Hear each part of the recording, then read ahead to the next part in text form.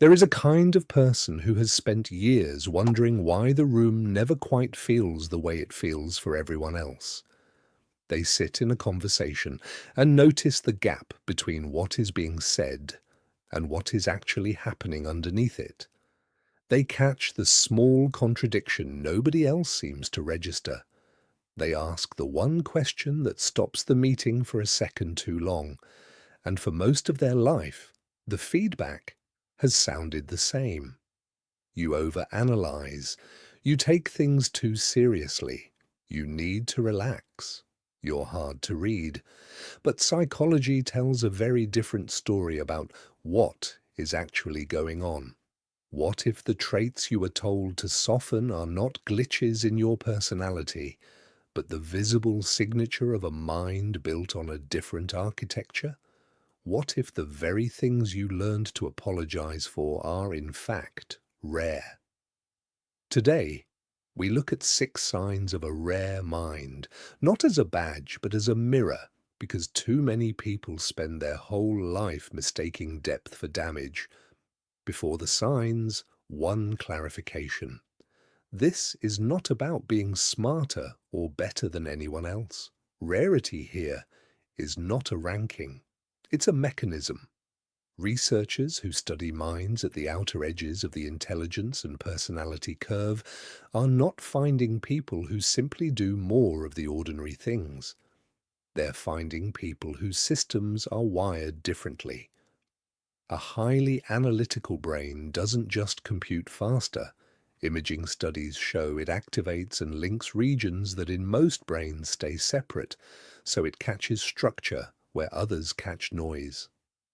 A deeply reflective mind doesn't simply enjoy quiet. It needs quiet because its baseline setting faces inward and constant input isn't stimulating for it. It's corrosive. And a highly attuned mind doesn't just notice emotion, it absorbs it, almost involuntarily, through a nervous system tuned to pick up signals most people's brains discard automatically. None of this is a personality quirk.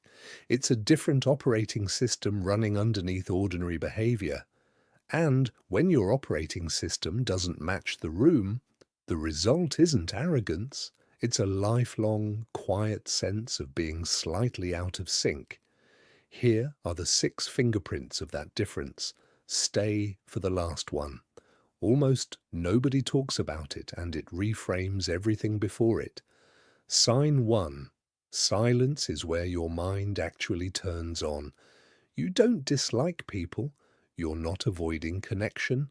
But there's a specific kind of tiredness that shows up after too long around others, not physical, something closer to static behind the eyes. And then you get the door closed, the room quiet, and something shifts. The fog lifts. Thoughts you couldn't reach a minute ago arrive on their own. There's a reason for this. The brain regions responsible for sustained reasoning and reflection work best with low external noise. For most people, socializing tops up their energy. For a rare mind, it withdraws from the same account that deep thought draws from. Studies on high-ability individuals have found their reported life satisfaction doesn't rise with more socializing the way it does for the general population. Their battery charges somewhere else entirely. This isn't coldness. It's a mind rich enough that it needs guarded space to actually run. Sign 2. An answer is never the end of the question for you. Most people take an answer, file it, and move forward. You take an answer and immediately start pulling at its foundation. What is this actually built on? What happens if the assumption underneath it is wrong? Who does it serve for this to stay unquestioned? Psychologists describe this as cognitive depth, a documented pull toward the structure beneath ideas rather than their surface, tied closely to the openness trait in personality research. It's why you were the student who kept the class 2 minutes over. Why you can't execute a plan you don't understand. Why 1 a.m. finds you circling a problem, not out of anxiety, but genuine hunger. The world is built for people who stop at the surface because the surface is fast. You were never built for fast.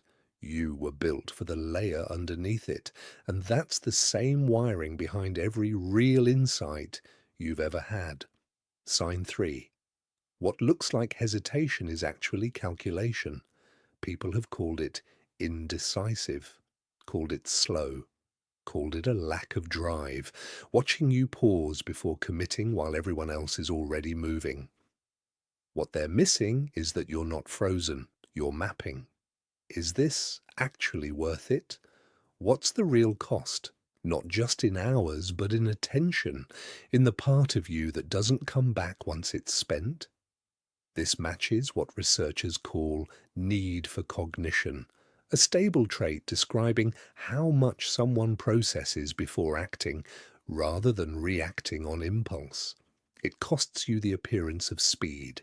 It earns you the reality of clarity once you finally move. It's also why you're selective, about friendships, about projects, about where your energy goes. People who bond with everyone easily read your selectivity as distance.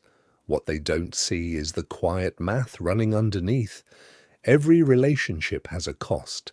Every yes to one thing is a no to something else. And you learned the hard way that saying yes to everything means showing up fully for nothing. If these first 3 are already landing, understand this isn't a random personality quiz. It's a documented profile, studied and measured for decades. You're not inventing an excuse. You're finally seeing the architecture that was always there. Drop the sign that hit hardest so far in the comments, the next 3 go even deeper.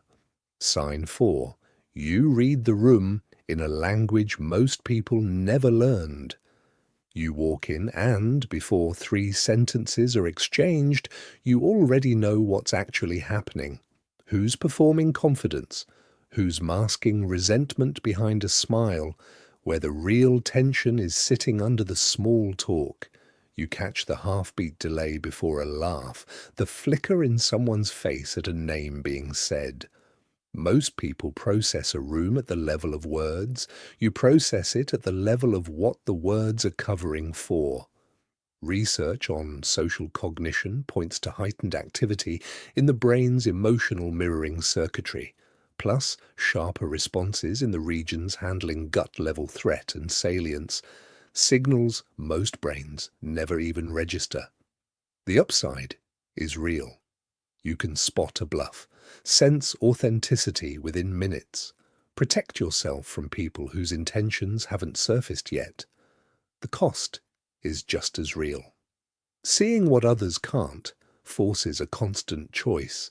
Say something and risk being called paranoid, or stay quiet and carry a truth nobody asked you to hold.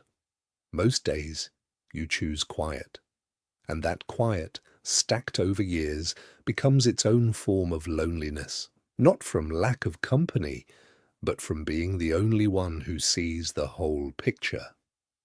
Sign 5. Your compass points inward, not toward the crowd. You've never been able to fake interest in what everyone else is chasing, the trend, the status object, the collective noise around whatever's new. Your pull toward things comes from somewhere internal, and it rarely matches what's popular. Researchers studying creative and high-achieving minds across fields have consistently found the same thing.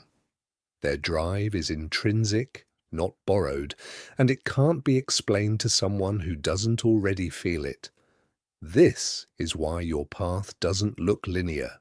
You've dropped things that looked successful from the outside. You've spent years on things that seemed impractical to everyone watching. The world calls it unfocused. It's actually the only honest way a mind like yours can navigate a world calibrated for the average. And yes, Following that compass will often make you look behind schedule because your timeline was never meant to match the one built for minds that don't need to go deep. Sign 6. You feel everything, and you still hold the wheel. This is the one that explains all the others. Underneath the depth, the solitude, the reading of people, the resistance to the crowd, there's something more basic. You feel things at a volume most people don't experience. Not just sadness or joy, everything. A hard conversation stays with you for hours. A single piece of music can shift your whole state. Suffering you only see in a headline lands in your body like it's close to home. But here's what makes this sign rare. You've quietly trained yourself not to be run by that intensity. You've learned to hold the feeling without becoming it, to register the pain without letting it script your next move. That is not suppression. Suppression is refusing to feel. What you've built is rarer, the capacity to feel fully while keeping enough distance to choose your response. Most people don't have that gap between feeling and action. Anger becomes shouting. Hurt becomes shut down. Fear becomes freeze automatically. You live inside that gap. It's where you actually decide who you're going to be in the moment instead of just discharging whatever the emotion demands. And this is exactly why people misread your calm as shallow. They never see the ocean underneath it, fully under your own command. So where does that leave you? If you saw yourself in the quiet that recharges you, the questions that won't stop at the surface, the pauses that were never laziness, the reading of rooms nobody else notices, the compass that ignores trends, and the intensity you've learned to hold rather than be held by. You already know where this is going. Your mind is rare, not above anyone else's, different from most, and every one of these 6 signs can be, and often is, mistaken for a flaw. Solitude, read as coldness; depth, read as overthinking; selectivity, read as laziness; perception, read as judgment; independence, read as being scattered; emotional control, read as being distant. The world will keep suggesting you sand these edges down, but these were never bugs in the design. They are the design, and trying to run a shallower system on top of it will never work, not because you're failing, but because you were never built to stay on the surface. If any of this finally put language to something you've carried without the words for it, tell us which sign hit closest in the comments, and pass this along to someone who needs to hear it today. Sometimes the whole difference between feeling broken and feeling understood is one honest description of the thing you've been carrying quietly. I'm Psych Patterns. Thanks for staying until the end, and remember, the things that made you feel out of step were never proof something was wrong with you. They were proof your mind was built to go somewhere most minds never reach.